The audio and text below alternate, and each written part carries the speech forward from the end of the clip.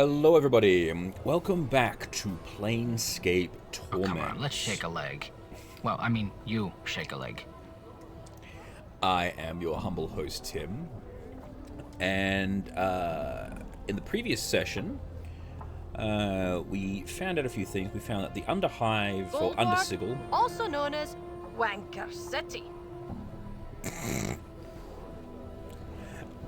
is a very dangerous place. But I was having a look at this bit here. There's a couple of bits and pieces we haven't actually done. Now we know the main part of the quest is we've got to find the Hag Ravel puzzle well, because apparently she has part of my memory, or at least she knows who I am. So that's like the underlying thing. But that one there is kind of a pointless point there. But we need to find Trist's loan documents. So I'm going to head back to the slave auction and try and solve that little problem there. We've also got to find this lady for the woman that speaks of herself like she's an RPG character, as in expressing what she wants to actually do, and then it actually happens. And then we'll come back here and try and get Dolores' heart off Mirrorman. And I'm not really sure what we're going to do with that one there, but so that's what we're going to be doing for today. So here we go. There it is. All right, cool. I'm gone. So I imagine I've got to dig around here somewhere and just talk to people. I can't really remember specifically who I'm supposed to find. I thought maybe the advocate would be able to help me out with that, but all he does is basically hold on to things for when people die, like legacies to pass back, so he wasn't much help. You see a pretty young woman in fine clothes. Her skin lacks the usual yellow tint of the inhabitants of this ward, and she appears to be watching three nearby creatures. Greetings. She turns to face you and is annoyed. Yes, what do you want? Oh. Check that to Karen. I have some questions. Fine. What are you doing here? There's going to be a fight, and I want to see it. It should be interesting. A fight? Yes. See those three Thurko over there? She points to the three hulking creatures with rippling muscles. I'm guessing these guys. They're going to try and kill an Abishai. Stupidos. I've heard of something called Abishai. What exactly is it? It's a lower plains creature. Betazu, I think. In any case, they have a nasty disposition, sharp claws, and can cast spells. Very formidable. They look like they can take care of themselves. Well, normally I'd say yes. Thakola are very powerful warriors. However, I know something they don't. And what might that be? Abishai can only be hurt by magic. The Thurga will be slaughtered, and I have no doubt.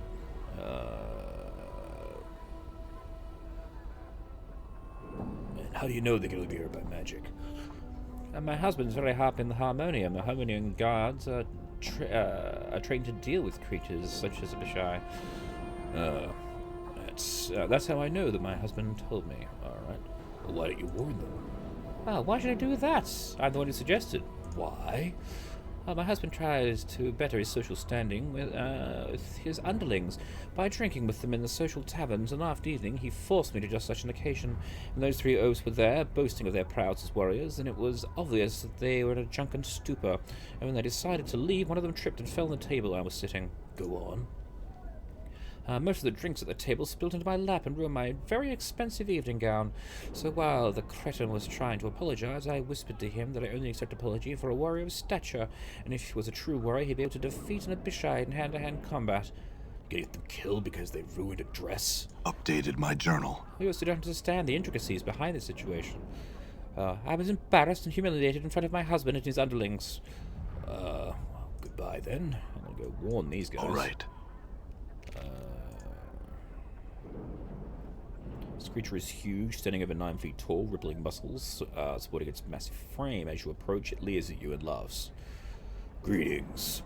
He looks down at you and gives you a friendly smile. What you want, Smalley? I have questions.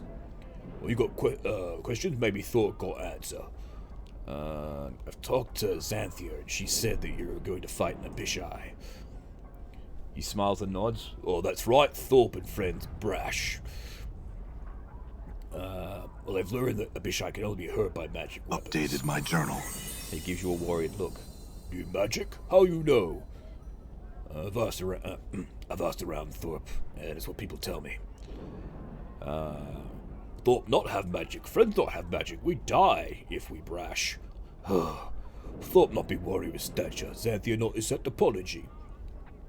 You're willing to risk your life for the honor of a lady, Thorpe.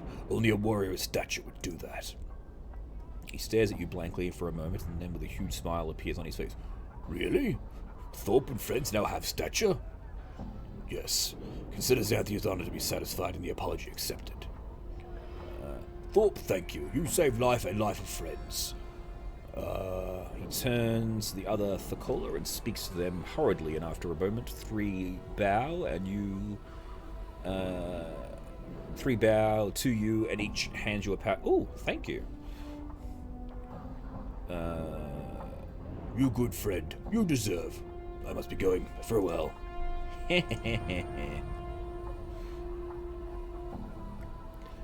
See Xanthia, and she gives you a look filled with hatred. You won the route, didn't you? Yes, I did. I felt it was right. And she nods. I will not forgive this insult. Good day to you. And she turns. Goodbye, biatch. Alright. Byron Pinkett, what are you doing here? See a well-dressed middle-aged man. He's scanning the crowd with a practiced eye. Notice you approaching, gives you a quick once-over. Greetings. He smiles at you and gives a barely perceptible nod. I'm Byron Pinkett, moneylender, and may I help you? A moneylender? Yes, I cater to the needs of merchants. I want to start a business, keep one afloat that's down on its luck, or perhaps expand a business. In either case, you come to me for funds. He looks you up and down. I doubt you are a merchant, sir, so what can I do for you? I have questions. Ah, awesome. I want to talk to you about Trist. Ah, Trist. He frowns and looks away after a moment. He looks at you and raises his eyebrows. What about her? I'm trying to find the missing documentation for her, he says. There's no missing documents. It was a ruse incited by Trist to cast doubt on her debt. This matter has been thoroughly investigated by the Mercy Killers, and they found no evidence of any such document. Well, they could have missed something. That is a possibility, but not very likely. You obviously are not familiar with the Mercy Killers or their methods.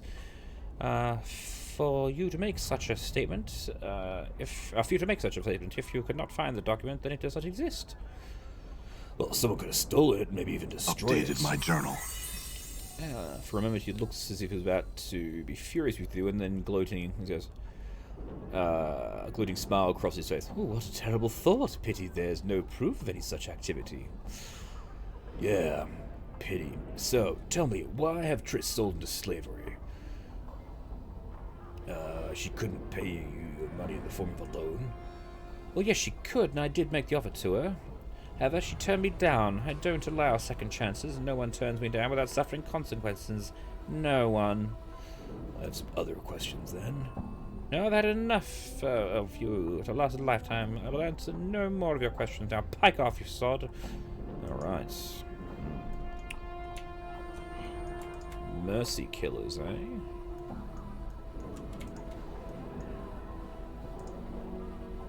Who are you? Woman in yellow cast her skin for tattoos. Greetings. You are known among the people as a friend, and you are not yet known to me. I cannot help you. Oh. Okay. I had a few questions.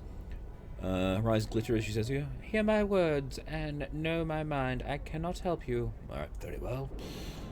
Strange. Sebastian.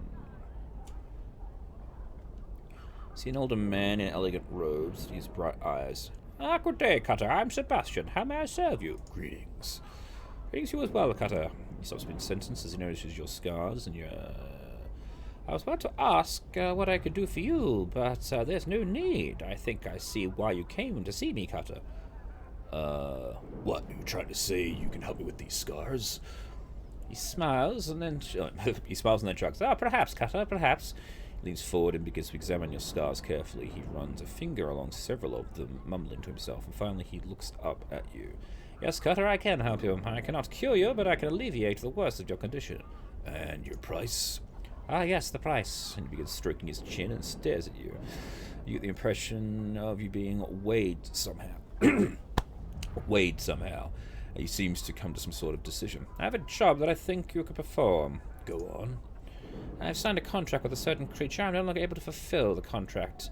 It is beyond my abilities. However, the creature will not release me from the contract. Instead, he has threatened me with death unless I fulfill the contract. Do you want me to solve this problem for you?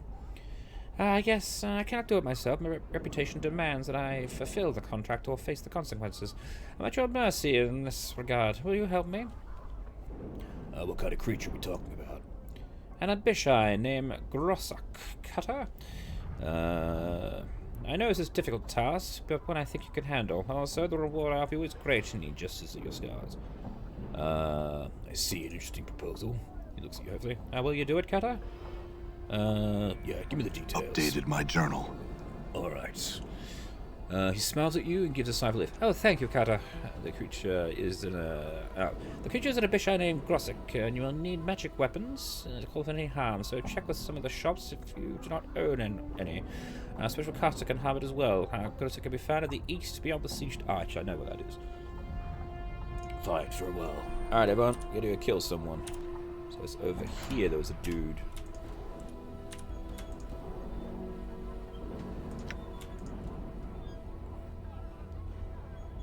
Wandering around aimlessly. I must rest. Really, guys? Alright, we'll rest in a bit. There he is. Right. We need to set up Kip now. Get your slave over here! Done. Two for the price of one!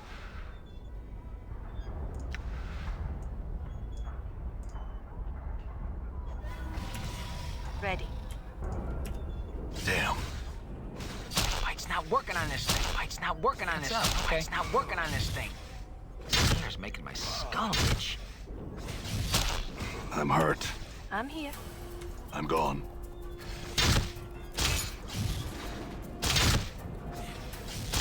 Die. Ha ha ha ha! He's got 2 copper comments on him. Great. Use them for whatever you will. They're right over here. Step right up. I'm gone. I should actually say this, because I don't think I've shown you guys this yet. This is the, oh, it's the print shop. Sorry, I thought it was the tattoo parlor. Never mind.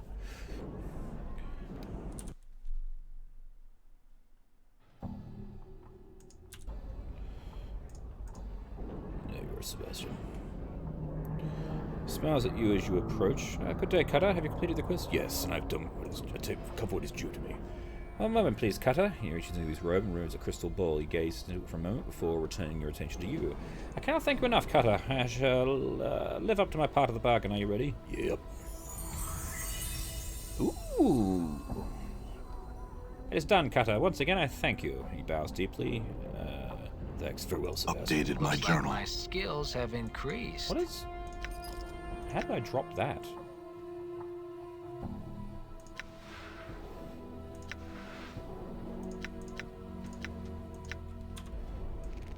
Alright, cool. All right. I need... Maybe the street guard will actually be able to tell me who the Mercy Killers are. Greetings, citizen. Measure the fortune at your service. I have questions. I don't mean to be rude, but I'm on duty, and I have no time for questions. Would you like information? Talk to Ebb Creekness. Who is Ebb? He's an old friend of mine, and I think he considers himself to be a tout now, so he can give you a chance. So about anything. Where do I find him? Last I heard, he pretty much set himself up in the Smoldering Corpse Bar. Actually, I've spoken to him, I remember. Thank you very much. Warehouse, Upper Ward, Wrecked House. Alright, let's head back to the Clerks Ward. Because we've got the room there. Let's go and have ourselves a rest.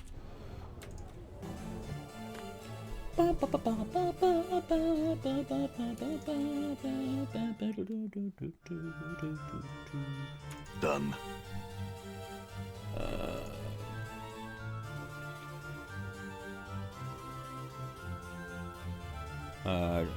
Oh, greetings, sir. Would you like to rest now? Yes, that'd be nice. Clickety clack.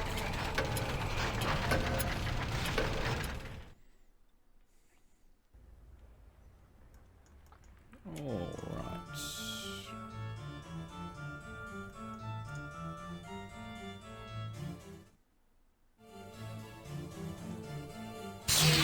Done. Deal with you. You know what? I've got a thief now. I'm gonna try something here. Right. See if I can steal the keys off him. Got it. Ready. Might as well. Yeah, screw you, dickhead. Has she got them? Where'd she steal? Oh, it's... Oh, man, I didn't get what I was trying to get off him.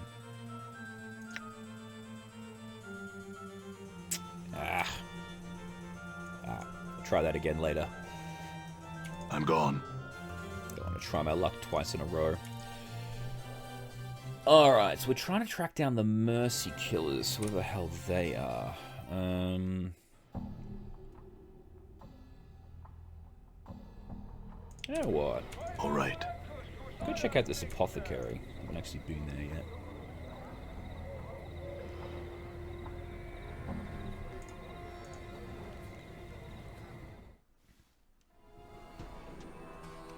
Welcome to Patalon Clen.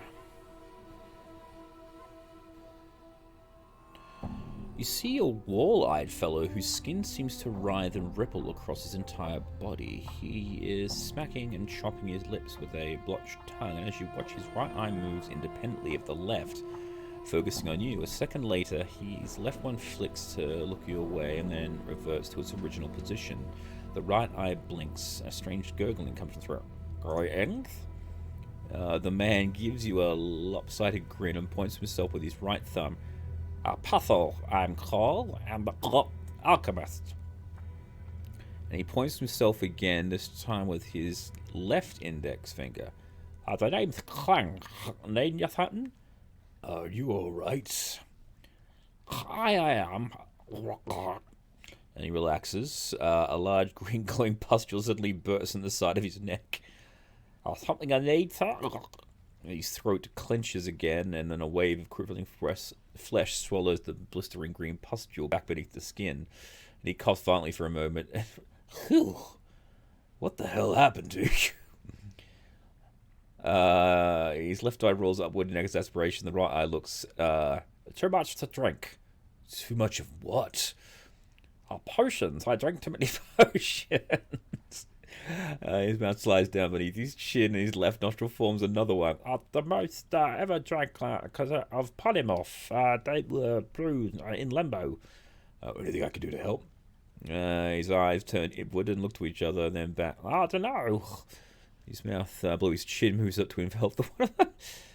This sort of things happens quite often. Now we can't seem to help but sample the stock. If you find a way to help us too, it would be grateful. Okay. Questions. Shakes his head. Work at the stockroom all day, I do. Third eye pops over the bridge of the nose, and the left one. I've been going to store, sir. Alright, well, farewell then. Okay, so... Done. Until he gets fixed, I can't buy anything. That's a shame. Thought maybe I could get like a mind erasing potion from this guy. Do you know about these guys? I know. Not sure.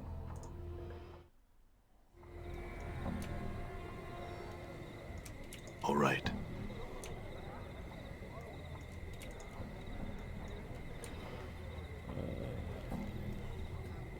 I love this bit here. This performance artist. He's actually like a mime, but they think he's trapped in a box.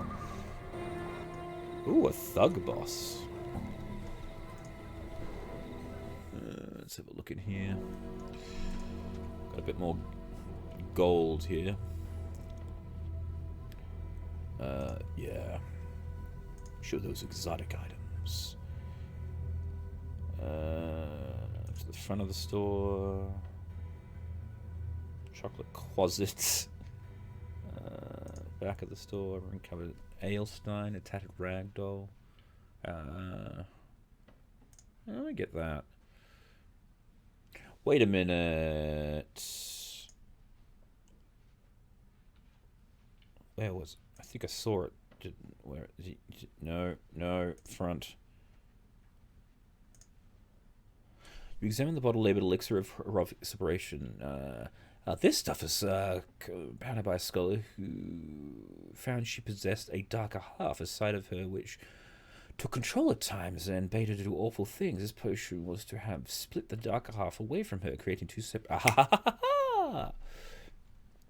Most of the killers, however, found and executed her for stirring up depraved murders before she could use it.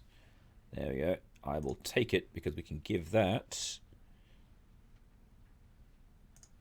to... I'm gone. I'll go back and get the doll in a second. Maybe it'll get me into a different dimension, this doll. I've got this elixir of horrific... I've got this elixir of horrific... I've got this elixir of horrific separation. Do you think it'll help? Both eyes suddenly snap at the bottle and... Well, here you are then. They take the bottle in hand and place it beneath the counter. His eyes focus on you, and with his right eye and hand concentrate on scribbling furiously on the countertop. I can use this to make that affect this right up. Now, if you give us a moment with me, here's what stuff's the reward. All right then, farewell for now. Looks like my skills have increased. Hey! Klein and Pestle.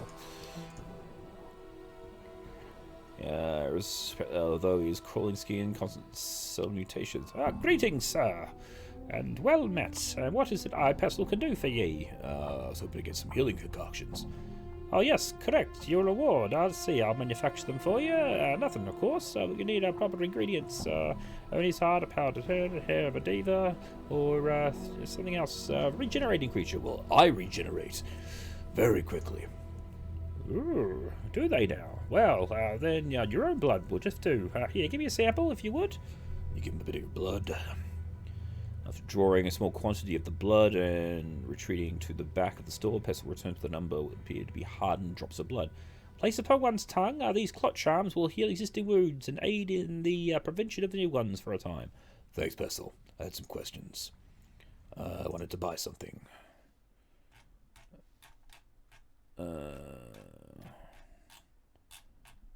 No potions of forgetfulness. Feeble mind, I was thinking. Alright.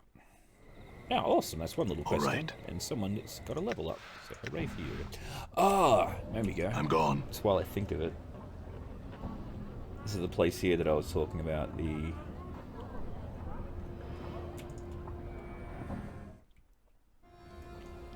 Yeah, this is Fell, the Daebus who walks on the ground.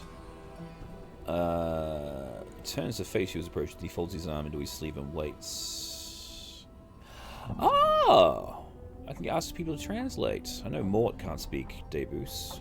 Deacon, can you translate for me? Awesome. Ask him if he's heard of Ravel. As long as a visual styles and it drags out long at first and you wonder if Fell heard you, then the symbol's strangely grey in colour sluggishly appear above his head. What did he say? She's real. Does she know where she is? She's been in prison in one of the lady's mazes. Yes, we knew that. Vel is not the lady's will. The lady punished her. Alright. Does he know how to reach Ravel's? Does he know how to reach Ravel's maze? The way to reach her is not known to him. Alright. Other questions? They pulse like a weakened heart. What did he say? Oh. He warns us not to seek out the Night Hag. He says that her heart is black. I'll keep that in mind, but I had another question I want to ask him. What is this place? A slow train of symbols materializes around Fell's head, and the symbols take several moments to resolve, starting with simple lines and fleshing out. He places pictures on flesh here, tattoos. Can I see what tattoos he has available? Ooh, what do we have here? So you can just rip the tattoos off and slap them on your body. Oh, that's cool. Yeah, I can do this place with a tattoo parlor one because of the sign, but also he's got the skin up the back here. Alright, let's go back and see if we can't work out... God, this woman and this slave is driving me nuts.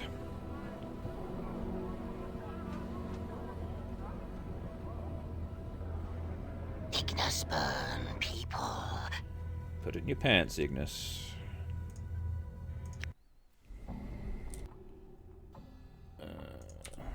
I'm gone. Lenny, what can you do for us?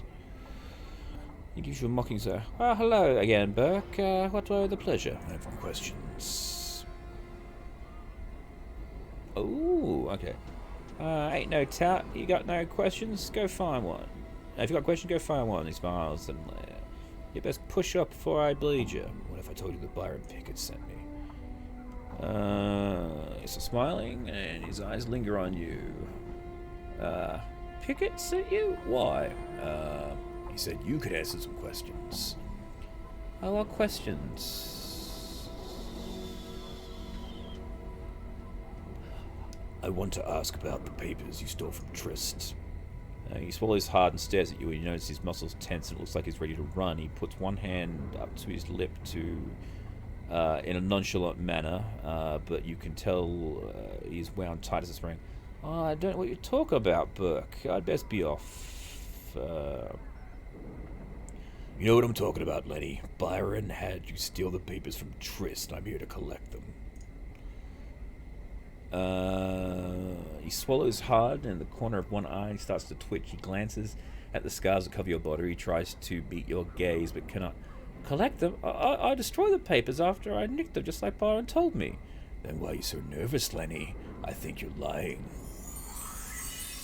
He stares at you for a moment and suddenly turns to run. I'll grab him. Just as he starts to run, you leap forward and grab him by the arm, and he struggles for a moment but cannot match your strength. Finally, he goes limp. Alright, just don't... I didn't destroy him. I gave him... to me? I'll give him to you. Sorry. I gave him to you. I'm misreading that. I'll lose...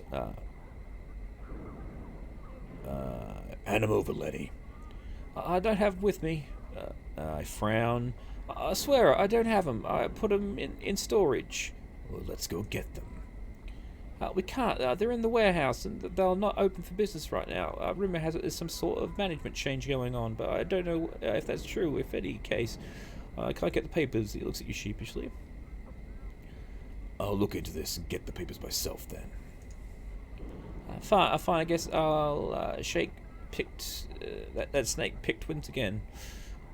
Let's go get the papers, Lenny. Go to the warehouse and tell Delherk I'm here for a loan, and he'll give you the papers. Later, Burke. And he turns and runs. Updated my journal. Okay, the warehouse.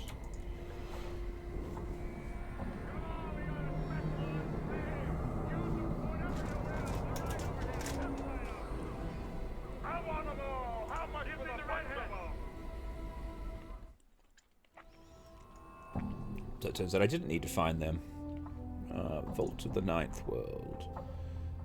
Where are you? Oh, you're going around. Okay. Twice welcome to the Vaults of the Ninth World. How may I serve you on this fine day, Singillian?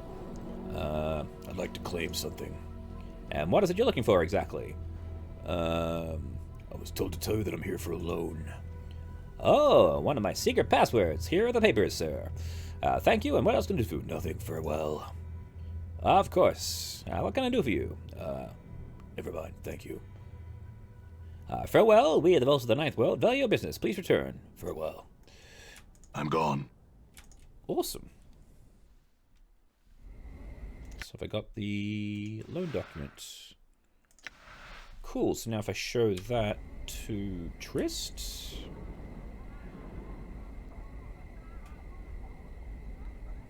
you see Trist smiles. Have you found the document, Cutter? Can you free me?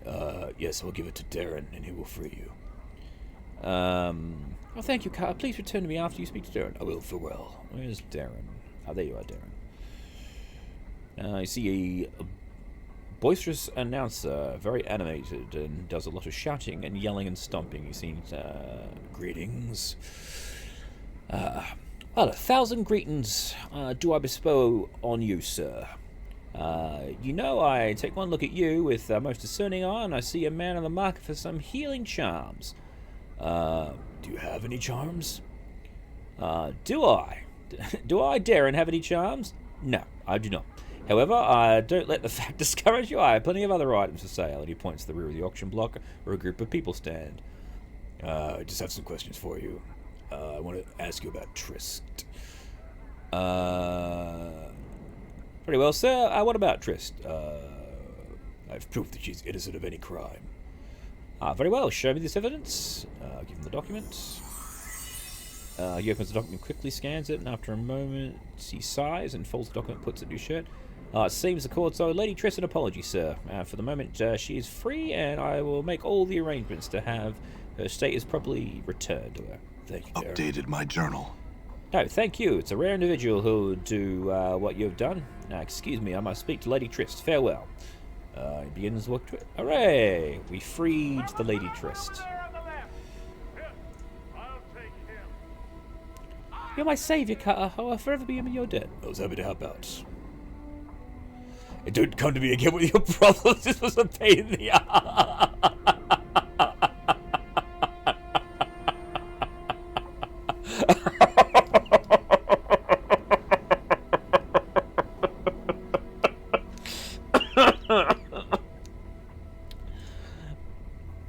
Yes, Cutter, I will imagine. Thank you.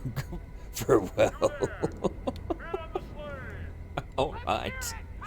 On that awesome note, that's where we're going to leave today's session. So, thank you all very much for watching. Please remember to like and subscribe. I've been your humble host, Tim, and be sure to come back for the next session Of Planescape Torment. Bye.